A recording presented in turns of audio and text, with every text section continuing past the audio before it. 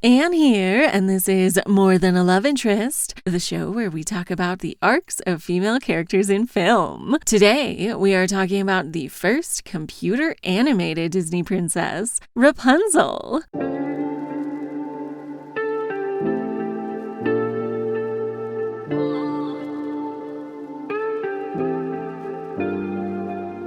We'll talk about some common complaints about her character arc, and how this movie changes the princess formula. Let's get started. You coming, Blondie? To kick things off, I always like to refute some of the major complaints I've seen with the princess or the movie as a whole, and I'm gonna start with the most boring. That there are any plot holes with Gothel's plan, and that Rapunzel is annoying, or whatever. They appear every year on my birthday, Mother. Only on my birthday. Like, yeah, I personally would not tell Rapunzel her real name or her real birthday if I intended to be an evil stepmother. Gothel had found her new magic flower, but this time, she was determined to keep it hidden. Which first, is she an evil stepmother? More importantly, the plot conceit of her seeing the lights on the same night every year works whether she believes it to be her birthday or not. Well, I was hoping you would take me to see the floating lights. Oh. Remember, this is a story for children, and except that it's gonna give you more information than you, presumably not a child, really need to have. She has to figure out she's the princess. I am the lost princess. Maybe you figured it out with the aid of this nice prologue, but she doesn't have that. And honestly, as this video you should definitely watch goes into, taking out the prologue greatly improves the film. The rest of it is set up like a mystery to be solved. I'm not sure why they added this, because it kind of takes the legs out of most of the narrative tension. Her hair actually glows. Eugene! Why does her hair glow? Eugene! What? Side note, but I think this is a fascinating example in how building lore for your world is a case of less said the better. Like, sure, this explains why Rapunzel's hair has magical properties, but the flower never comes up again and doesn't really matter to the story. I'll see you in a bit, my flower. Same with explaining this song. Bring back what once was mine. Gothel knew it, but okay, how did she learn it? How did she find the flower? Who knows? It doesn't matter. Gothel broke into the castle, stole the child, and just like that, gone. Adding this to a story structured like a mystery obviously takes away the catharsis of watching it.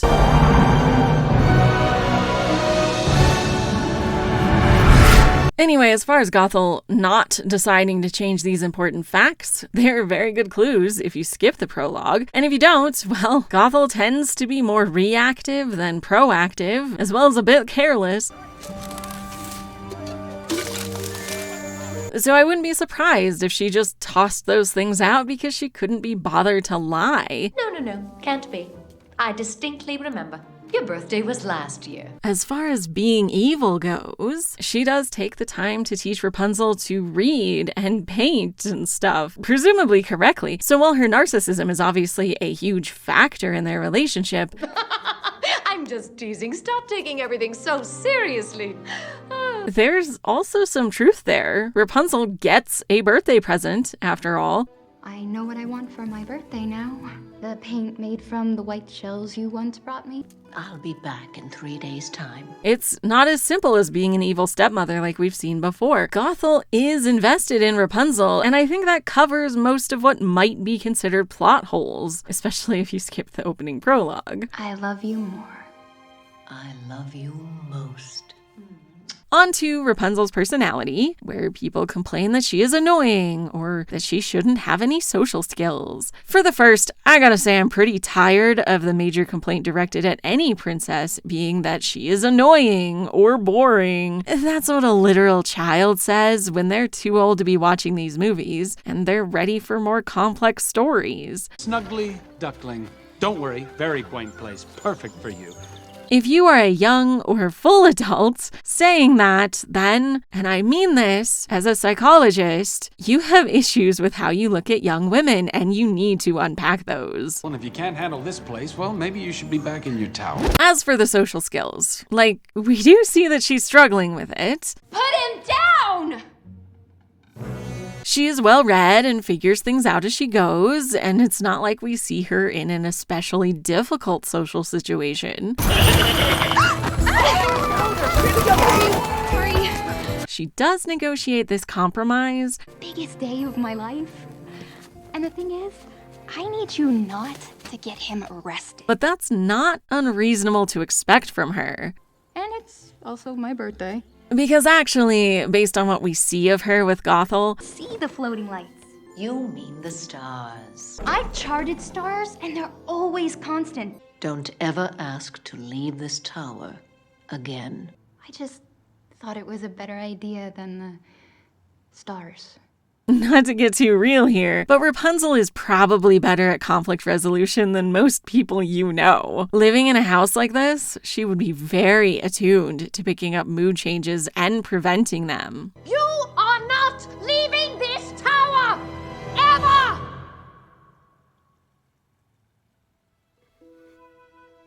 Now, I would be concerned about how good she's going to be at putting up boundaries for herself in the future as a result of her upbringing, but she is going to be a very good people pleaser. Great.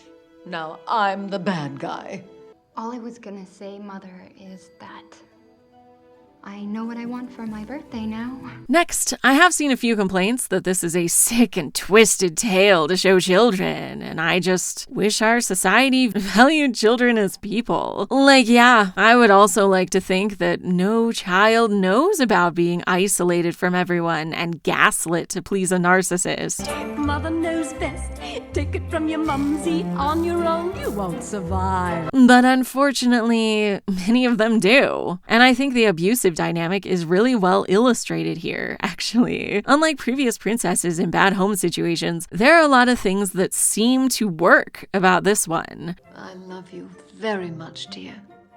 I love you more. Rapunzel isn't a servant. Gothel isn't trying to kill her. She seems to have a fairly pleasant life in the tower.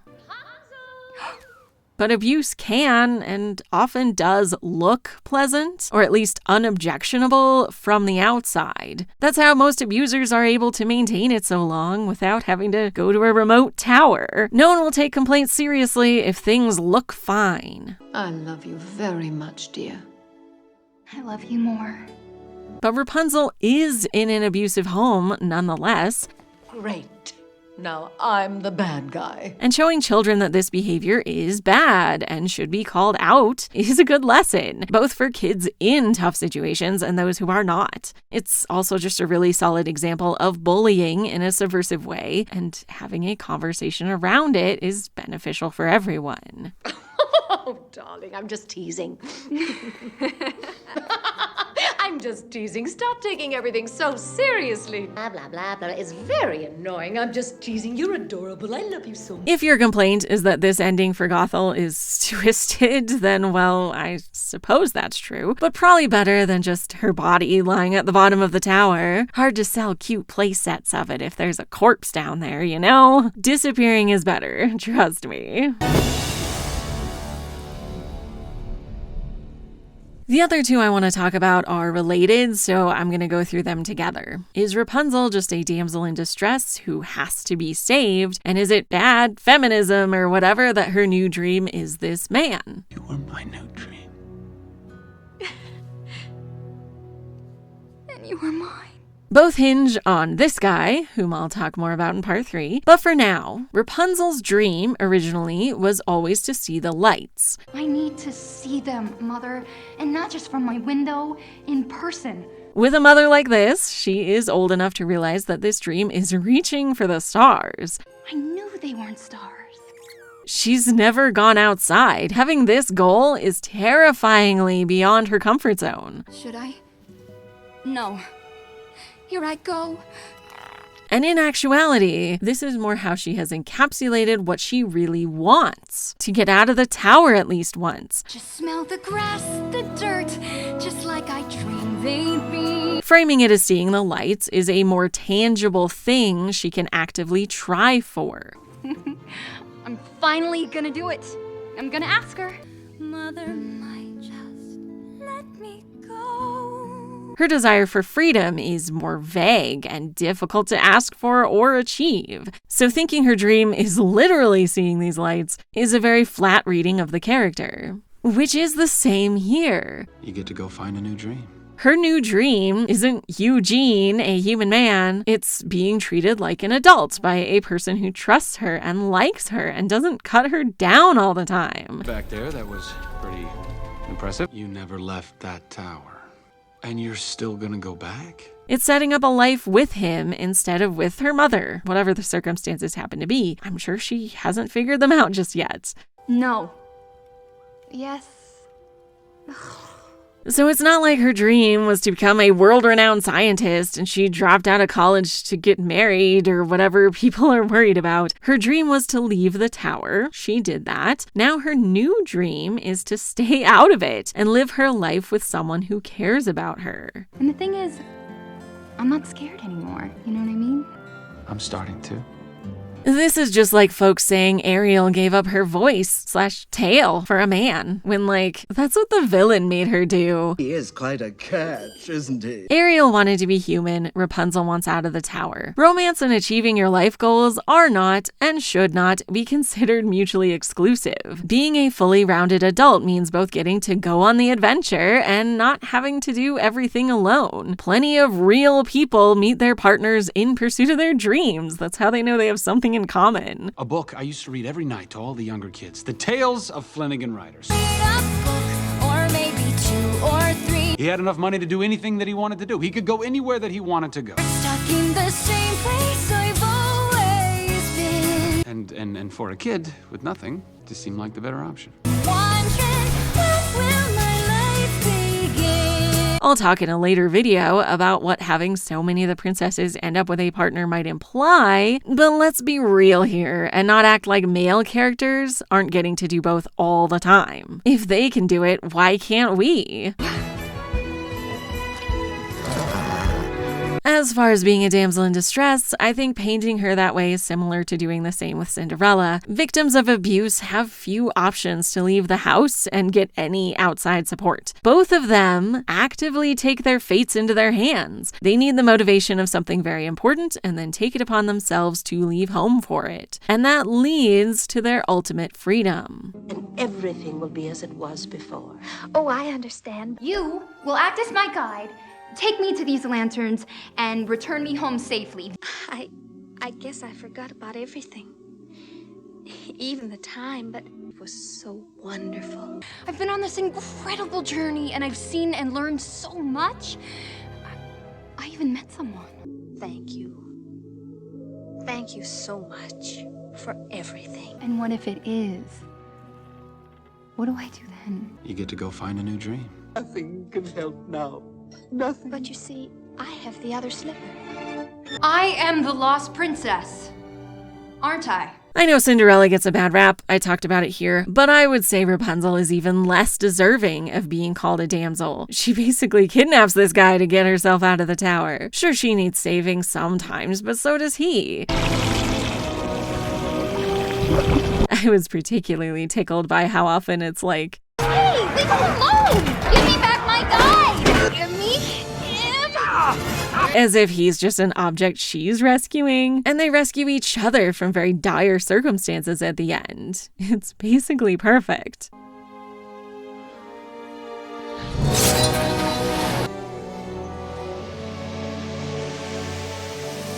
So yeah, I think Rapunzel is a fairly realistic portrayal of a young woman in this situation. Her love story develops gradually as she clearly learns more about the world around her. When she figures out the truth, she tries to escape. And sure, she needs help, but that's true to life. The important thing is that she knows it's time to go. Enough already! Stop fighting me! I'm not saying the whole movie is perfect, but all these complaints refuse to engage with the movie on its own terms, and I don't think that's fair. So let's move on and talk about her character arc. Alright, as always, let's use Maureen Murdoch's heroine's journey to take a deep dive into Rapunzel's character arc.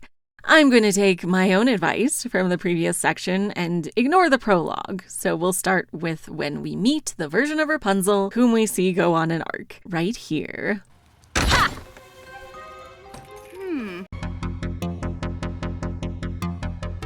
The first step of the journey is to separate from the feminine. One great thing about fairy tales is that we usually get to know our character a bit before the adventure starts. So we spend some time with Rapunzel in her tower and see what her life is like, as well as what she herself is like. Just wonder when will my life begin? We get to know the dynamic between Rapunzel and Mother Gothel, It's nothing.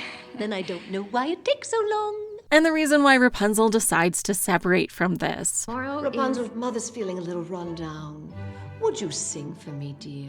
Then we'll talk. Oh, I won't say it's always best to have the heroine take matters into her own hands, but it definitely works here. I know what I want for my birthday now. The paint made from the white shells you once brought me. Well, that is a very long trip, Rapunzel. So now she separates from the feminine, Love you more. from her safe, comfortable home that currently seems more womb-like than prison-like, though of course that will change. I'll be here. She sets out into the world. A couple false starts, but her arc has begun. I can't believe I did this. I can't believe I did this! The second step is to gain masculine allies. For Rapunzel, that is obviously Eugene. And even this horse later, arguably. He's the only intruder into the world she has shared with Mother Gothel. Sorry, Pascal. And the facade of that world starts to crack the moment an outsider arrives. Trust me. Rapunzel. I know what Rapunzel. You are not leaving this tower! Ever! Though, of course, he is bringing along some important symbolism.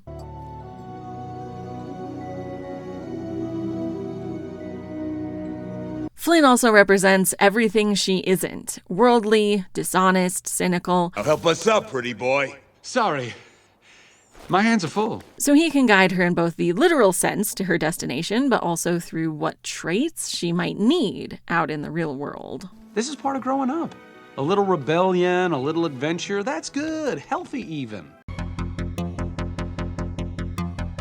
The third step is the road of trials, where the heroine experiences new things with their masculine allies. This is actually a somewhat unique case because Rapunzel reinforces her own journey along the way. Part ways as unlikely friends. No!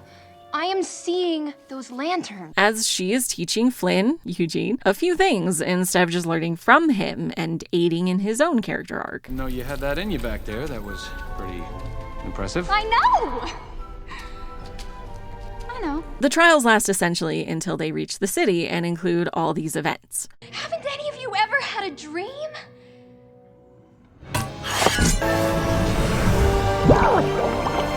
That's why I never left and You never left that tower. the thing is, I need you not to get him arrested. I've been on this incredible journey and I've seen and learned so much. Wait!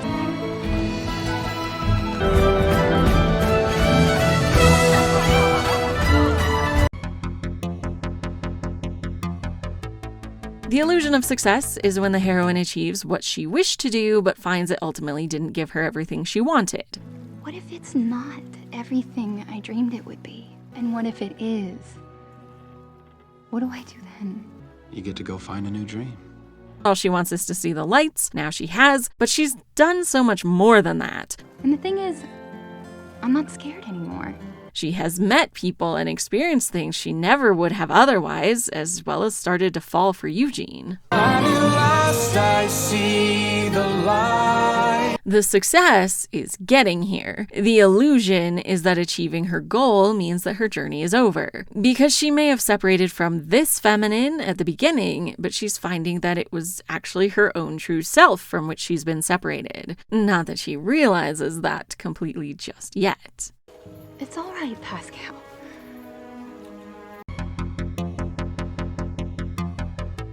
Next, the heroine experiences spiritual aridity. Obviously that occurs here, What? No. He wouldn't. where Gothel seems to be right, and all that Rapunzel thought she had learned about the world is wrong. You were right, Mother. Her budding independence and trust in herself have been taken away. Gothel's warning comes true, and Flynn appears to leave her just so he can have this crown. Eugene. And clearly Rapunzel has been changed, no matter what Gothel tries to convince her. There. It never happened. Because the worst thing that can happen to Rapunzel right now is to go home. I know, darling. I know.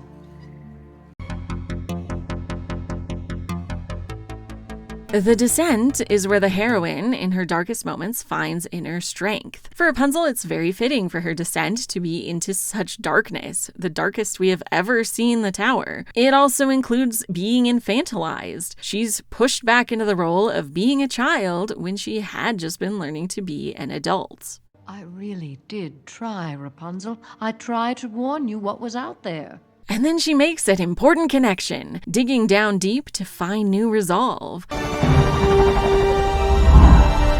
She realizes that yes, someone has been lying to her, but it isn't Eugene, it's Gothel.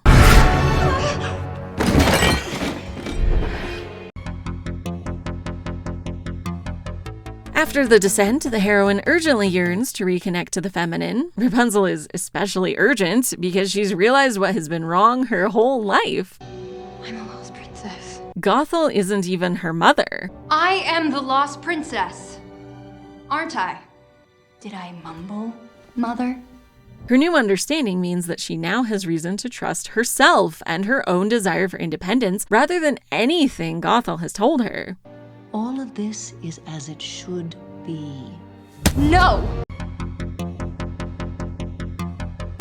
The next step is to heal the mother-daughter split. This is more symbolic here. She will actually reconnect with her mother and father in the final step, but it is definitely important that she reaches this next step with Gothel, who she believed was her mother.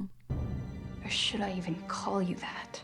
She had thought of herself as a difficult daughter who even went against her mother and therefore deserved this heartbreak. But the revelation that this woman isn't her mother, that she must have stolen her, It was you!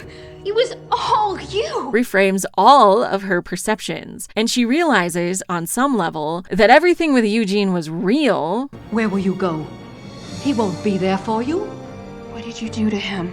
Well, everything here has been a kind of lie. Hiding from people who would use me for my power? Rapunzel should have been hiding from you! She heals the split with her family by realizing that she's actually part of it, that this is who she has always been. And I will never let you use my hair again!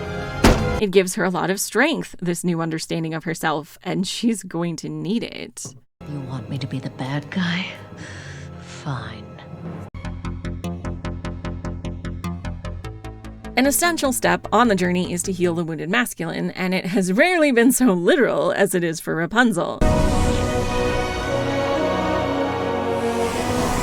But symbolically, this is Rapunzel's opportunity to show that this relationship is a lie because she has nothing in common with this woman. Never stop trying to get away from you! She is willing to give up everything to save Eugene. She isn't covetous like this lady. I can't let you do this. And I can't let you die. Because she has nearly completed her own journey, something Gothel clearly has not, Rapunzel is willing to make peace and give up what's important to her. Just let me heal him, and you and I will be together. Forever. Honestly, it's so well done, I'm not sure what I need to say about it. I usually have to talk around how the princess could reasonably be healing the split with the masculine in her life. If we look at it symbolically, You are my new dream. And you are mine. but Rapunzel has the symbolism and then just does it deftly in a literal sense. Bring back what once was mine. And just like in the fairy tale, by the way.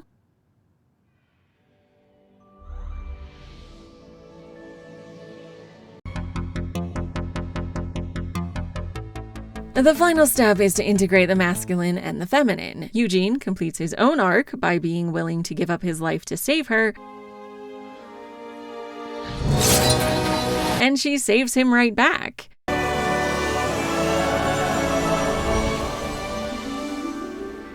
which reasserts who she is as a person as well as a princess.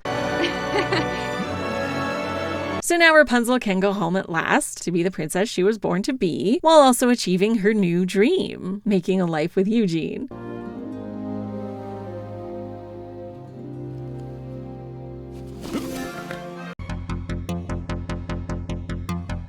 Overall, Rapunzel's journey is very good, both symbolically and through her actions, and her road of trials is especially good for her character. Usually it has somewhat less to do with the heroine as a person. Rapunzel starts out separated from her family and from being loved, in a place where she is only coveted. You sure you'll be all right on your own?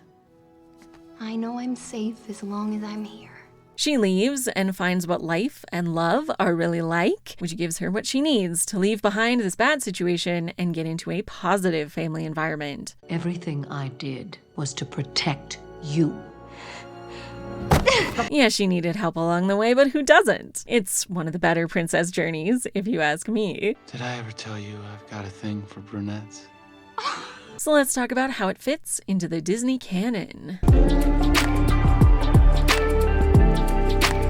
In my previous video on The Princess and the Frog, I talked about how influential Shrek ended up being in its plot, and how that was a bad move, generally undermining the arc the heroine was meant to go on. So I was surprised to find that, despite coming out only a year later, Tangled does a much better job responding to Shrek. Is it ruffians? Thugs?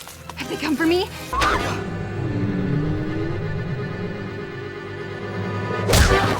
When one lives alone, one has to learn these things.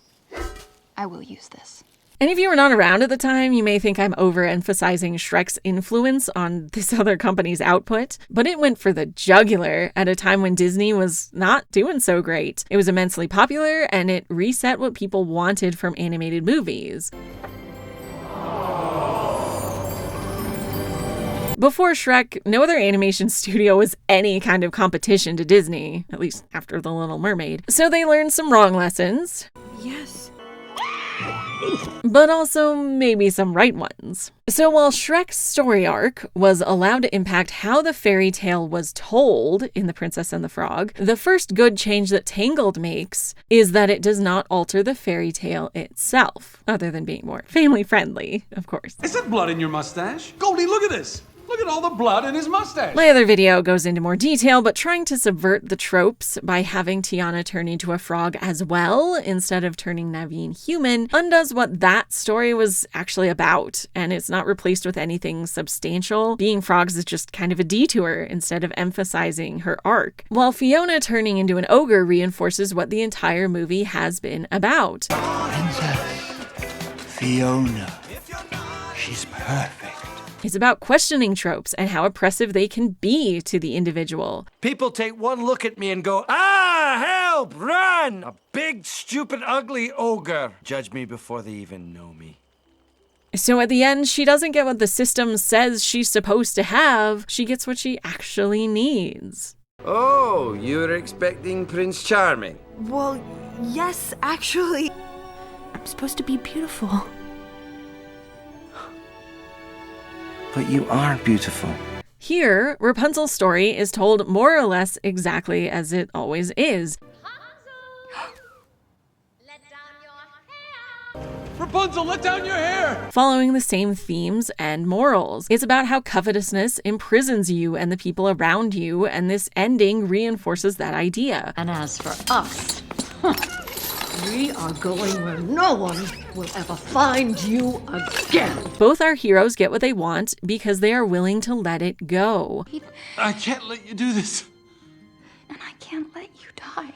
While Mother Gothel is not. In case you get any ideas about following us. I mean, if she had just raised Rapunzel less restrictively, she might not have rebelled, you know? So that whole story continues to resonate because it keeps its core aspects in this retelling. Adding Eugene/Flynn's story adds another branch to it instead of something extraneous or contradictory. He is living a selfish, covetous life as a thief. Yep. I'm used to it. Guys, I want a castle. And he is learning that things are not important, people are. I'm starting to. And so he serves as a foil for Mother Gothel. This is is why he's here.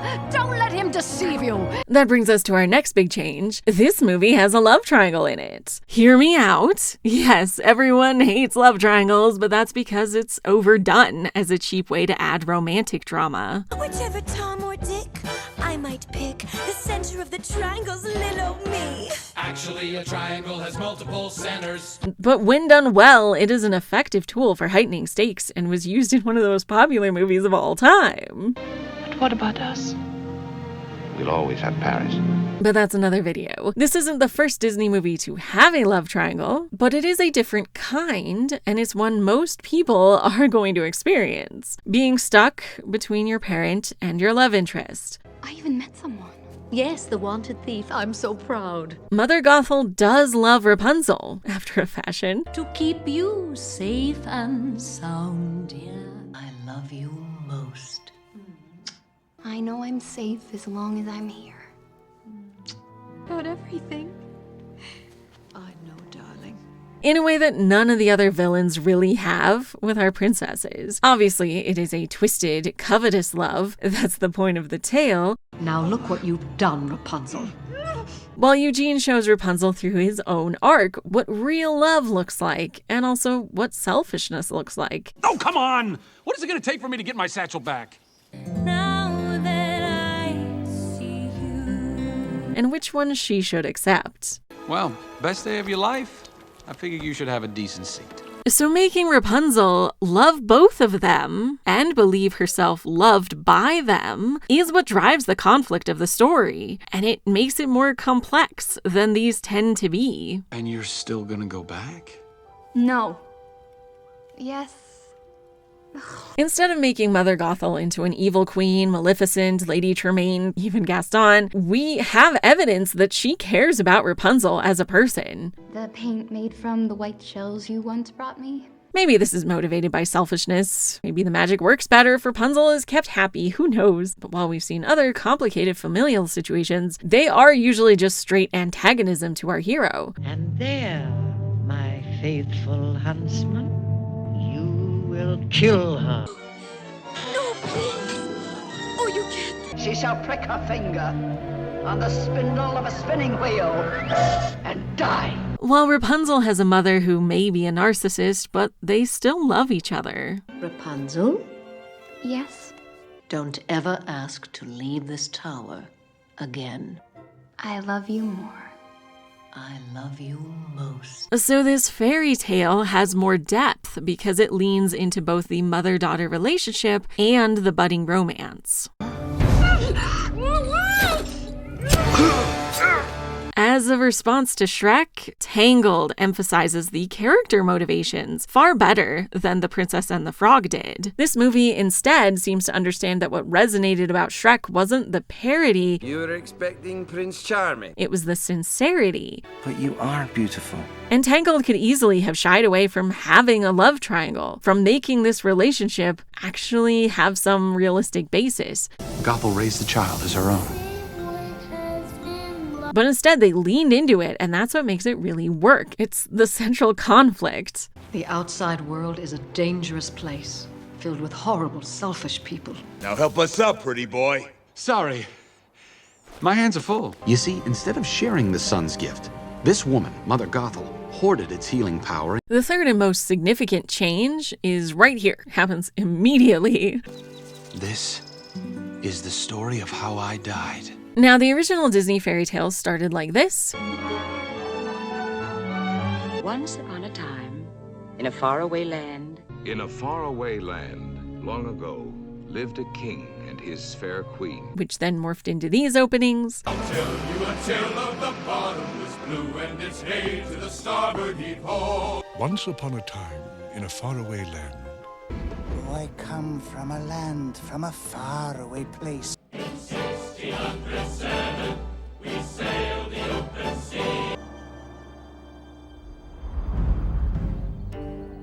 The ugly little frog looked up with his sad round eyes and pleaded, I really like tracking these, by the way. But Tangled has the most unique structure of all of them. Because it isn't a story told from a neutral party, it's told by Eugene himself. It is very literally the male gaze, a phrase which gets a bad rap with good reason and probably brings up things like this. But we are learning about Rapunzel and her whole situation through Eugene's eyes.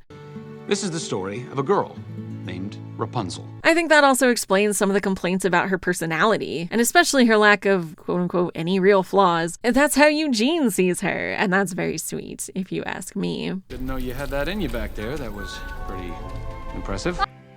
You never left that tower. The mumming, blah, blah, blah, blah, is very annoying. I'm just teasing. You're adorable. I love you so much, darling. just proves you're too naive to be here. Making this from a character's perspective also creates a clever way to introduce some of the tropes of version that likely felt necessary in 2010, and still today, perhaps. The Emperor's New Groove used it to delightful effect, and having Flynn/Eugene telling us everything sets up some great places for jokes that aren't at the story's expense. You should know that this is the strangest thing I've ever done! And it allows some tropes to be questioned without destabilizing the entire structure of the tale. I had a dream once. Everything with Rapunzel and her mother, with the missing princess, those are all treated seriously. I'm not freaking out. Are you freaking out? No, I'm just very interested in your hair and the magical qualities that it possesses. How long has it been doing that? Flynn and his swagger are the best way to include the bathos without undercutting anything important. And you're still gonna go back? It's a simple touch, but extremely effective. Being from his perspective also adds something generally missing from princess movies: a solid male protagonist. I think that's oversimplifying what the various princes, etc. brought to the table, but the prevailing opinion at Disney was that boys didn't care for these movies and that girls didn't want to be princesses anymore. Please don't freak out. Both are incorrect in my lived experience, so this is kind of solving a problem that I don't think existed. But I do think that Flynn/Eugene being the storyteller lets Rapunzel be the star while also fleshing out their relationship in a really solid way. One of the best in the series, honestly. For example, I really like that he opens up about his name first, and then she tells him some of her secrets. What? My real name is Eugene Fitzherbert. I have magic hair that glows when I sing. What? It's nice, especially for someone so presumably naive as Rapunzel, to have him reveal something about himself before she does. And then they continue, essentially unmasking for each other as the movie progresses. Mother says when I was a baby, people tried to cut it. I'll spare you the sob story of poor orphan Eugene Fitzherbert. Letting us get to know both of them, and for them to get to know each other. So their eventual happy ending has a very solid foundation for a 90-minute film. Years and years of asking and asking and asking, I finally said yes. One thing I don't like, though, is that they leaned away from classic Disney and more toward mimicking DreamWorks, especially with the marketing, which strongly suggested it was a parody of Rapunzel instead of played straight. I was surprised by how much depth the story ended up having, and I also kind of hate that it's called Tangled. All the other princesses, save Jasmine, have been named in the title. Maybe it was just trendy, but to me, this suggests a very different film from what we got. It would be like calling this Shedding or something.